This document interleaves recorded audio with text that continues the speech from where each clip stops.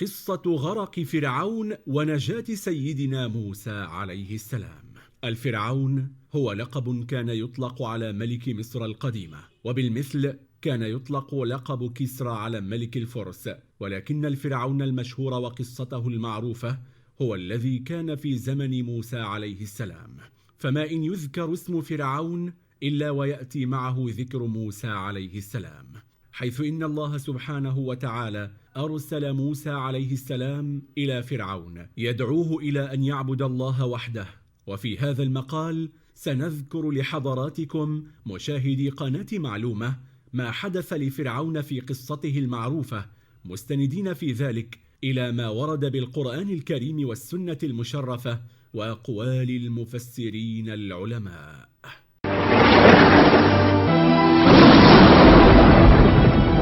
عداوة فرعون لبني إسرائيل.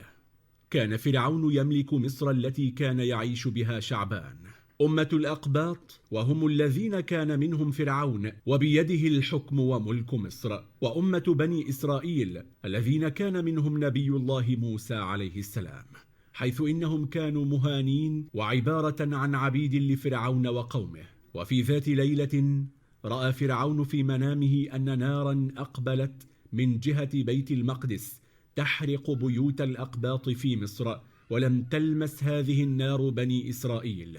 فلما استيقظ خاف مما رأى في منامه، فجمع السحرة والكهنة ليسألهم عن تفسير ما رأى، فقالوا له إن غلاما يولد من بني إسرائيل يكون على يديه هلاك ملك مصر ويأخذ هو الملك. فعندها قرر فرعون قتل كل مولود ذكر من بني إسرائيل، فاستمر فرعون بقتل أبناء بني إسرائيل، ونشر الجنود والقوابل ليحددوا من كانت حبلى في بني إسرائيل، حتى إذا وضعت جاءوا وقتلوا الغلام من أول يوم، وإن كانت بنتا تركوها ولم يلمسوها. وبعد فترة من هذا العمل الرهيب جاء الأقباط إلى فرعون يشكون قلة الرجال في بني إسرائيل، لأن الولدان يقتلون والكبار يموتون، فخافوا ألا يبقى رجال يقومون بالأعمال الصعبة والبدنية في بني إسرائيل، فأصدر فرعون قرارا بأن يقتل الأطفال في عام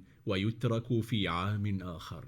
ولادة موسى وهارون عليهما السلام. ولد هارون أخو موسى الأكبر في عام المسامحة ولم يقتل، وأما موسى عليه السلام فقد ولد في عام القتل، فخافت عليه أمه من أن يأتي جنود فرعون ليقتلوه، فأوحى إليها ربها سبحانه وتعالى بأن تضعه في تابوت من الخشب وتلقيه في النهر إذا خشيت عليه من جنود فرعون.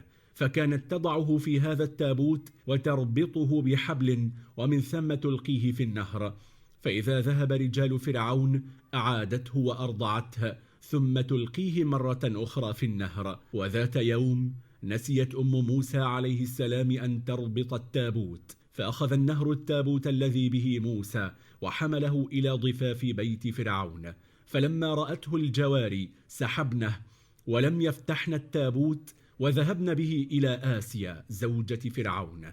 فلما فتحت آسيا التابوت ورأت وجه موسى عليه السلام مضيئا وجميلا أحبتها، فرآه فرعون وأمر بقتله. فعندها قالت زوجته آسيا: فلنتخذه قرة عين لي ولك. فقال فرعون: لك نعم، أما لي فلا. رحيل موسى عليه السلام من مصر. كبر موسى عليه السلام في بيت فرعون واشتد عوده.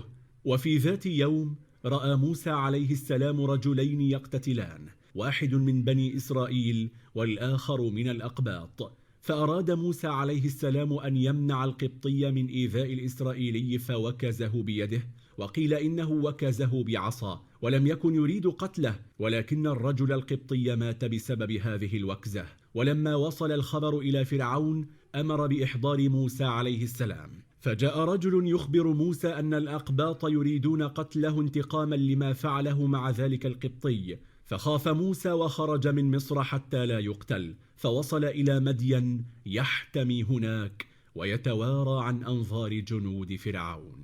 زواج موسى عليه السلام. وعندما كان في مدين رأى فتاتين واقفتين مع أغنامهما بالقرب من بئر يستخدم لسقاية الماشية، فذهب إليهما وسألهما: لماذا لا تسقيان ماشيتكما مع باقي الرعاة؟ فقالت إحداهما: بأننا لا نسقي إلا بعد أن ينتهي الرعاة من سقاية ماشيتهم. فسقى لهما وذهب وابتعد ولم يطلب أجرا على ذلك. فلما عادت البنتان إلى أبيهما قالت إحداهما لأبيها: يا أبت استأجره فإن خير من استأجرت القوي الأمين. فناداه أبوهما وقال له: إني أزوجك إحدى ابنتي، ولكن بشرط أن تخدم عندي 8 سنين، وإذا خدمت عندي 10 فلك الأجر والثواب. فوافق موسى وتزوج الصغرى منهما، وهي التي سألت أباها أن يستأجره. الوحي والتكليف الإلهي. وعندما انقضت الفترة التي كان متفقا عليها بين موسى عليه السلام ووالد الفتاتين، أخذ أهله وماله وأراد أن يعود إلى أهله في مصر. وفي طريق السفر كان الوقت ليلا، فلاحظ نارا من بعيد فأبقى أهله في مكانهم وذهب إلى تلك النار. فلما وصل موسى عليه السلام إلى تلك النار سمع صوتا يقول: إني أنا ربك فاخلع نعليك إنك بالوادي المقدس طوى. وفي تلك اللحظة أعطى الله سبحانه وتعالى لموسى عليه السلام الرسالة التي يجب أن ينقلها لفرعون، بأن يدعوه إلى عبادة الله سبحانه وتعالى وحده لا شريك له. كما أن الله تعالى أيد موسى بالمعجزات، فالأولى كانت بالعصا التي تتحول إلى أفعى عظيمة ومخيفة بقدرة من الله تعالى، والمعجزة الثانية كانت بيده يضعها في جيبه وإذا بها تخرج بيضاء لا سوء بها. وهنا موسى عليه السلام طلب من الله 4 أمور: الأول أن يشرح الله له صدره، والثاني أن ييسر له أمره، والثالث أن يحلل له عقدة في لسانه، وأما الرابع أن يبعث معه أخاه هارون عليه السلام نبيا يعينه. دعوة موسى لفرعون. فذهب موسى إلى فرعون مع أخيه هارون لدعوته إلى عبادة الله وحده. فلما دخل على فرعون أخبره موسى عليه السلام أنهما رسولا رب العالمين له لدعوته إلى عبادة الله الواحد الأحد الخالق الرزاق، وأمراه أن يترك بني إسرائيل يذهبوا معهما. فلما سمع فرعون كلامهما قال: إن كنت يا موسى نبيا من الله هات لنا برهانا حتى نصدقك. فرمى موسى عصاه فإذا هي ثعبان مبين، وضم يده إلى جناحه وأخرجها فإذا هي بيضاء من غير سوء.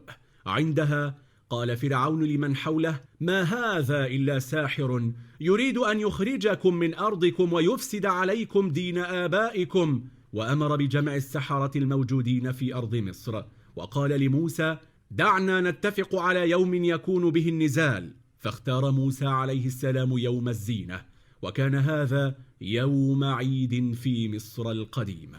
النزال ضد سحرة فرعون. وجاء ذلك اليوم وأتى السحرة وموسى وهارون عليهما السلام، فأمر موسى السحرة أن يلقوا ما بأيديهم أولا. فلما ألقوا عصيهم وحبالهم سحروا أعين الناس ليروا أن هذه العصي وكأنها تسعى، فخاف موسى أن يفتن الناس بما يشاهدونه، فألقى عصاه التي صارت بقدرة من الله سبحانه وتعالى ثعبانا عظيمة، فالتقفت كلما ألقى السحرة بسرعة. فلما رأى السحرة هذا المشهد العظيم استيقنوا أن هذا ليس سحرا وإنما معجزة ربانية حقيقية، فسجدوا لله وقالوا: آمنا برب العالمين رب موسى وهارون. فلما رأى فرعون ما فعله السحرة غضب وأمر بتعذيبهم وقتلهم جميعا. عذاب قوم فرعون. وزاد عناد فرعون ولم يرض بإرسال بني إسرائيل مع موسى وهارون عليهما السلام، فأنزل الله عليه وعلى قومه أنواعا من العذاب، حيث إنه سبحانه وتعالى أرسل عليهم القمل والضفادع والدم، وفي كل مرة كان فرعون يقول لموسى عليه السلام: ادع لنا ربك أن يرفع عنا هذا العذاب وسأرسل بني إسرائيل معك. ولكنه كان يكذب ويخلف وعده في كل مرة، بل وكان يقتل الأطفال ويستحيي النساء ليردهم عن عبادة الله وحده. هلاك فرعون.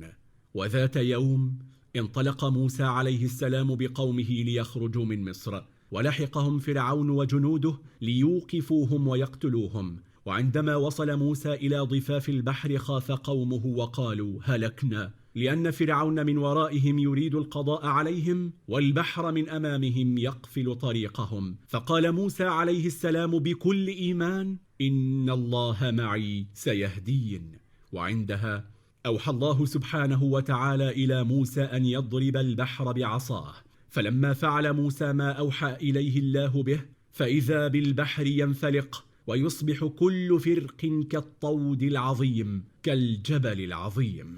وانطلق بقومه إلى الضفة الأخرى حتى وصلوها. وفي ذلك الحين كان فرعون مع جنوده ما زالوا يمرون من بين الجبلين المائيين، وإذا بهذين الجبلين يطبقان على فرعون وجنوده ويغرقوا جميعا.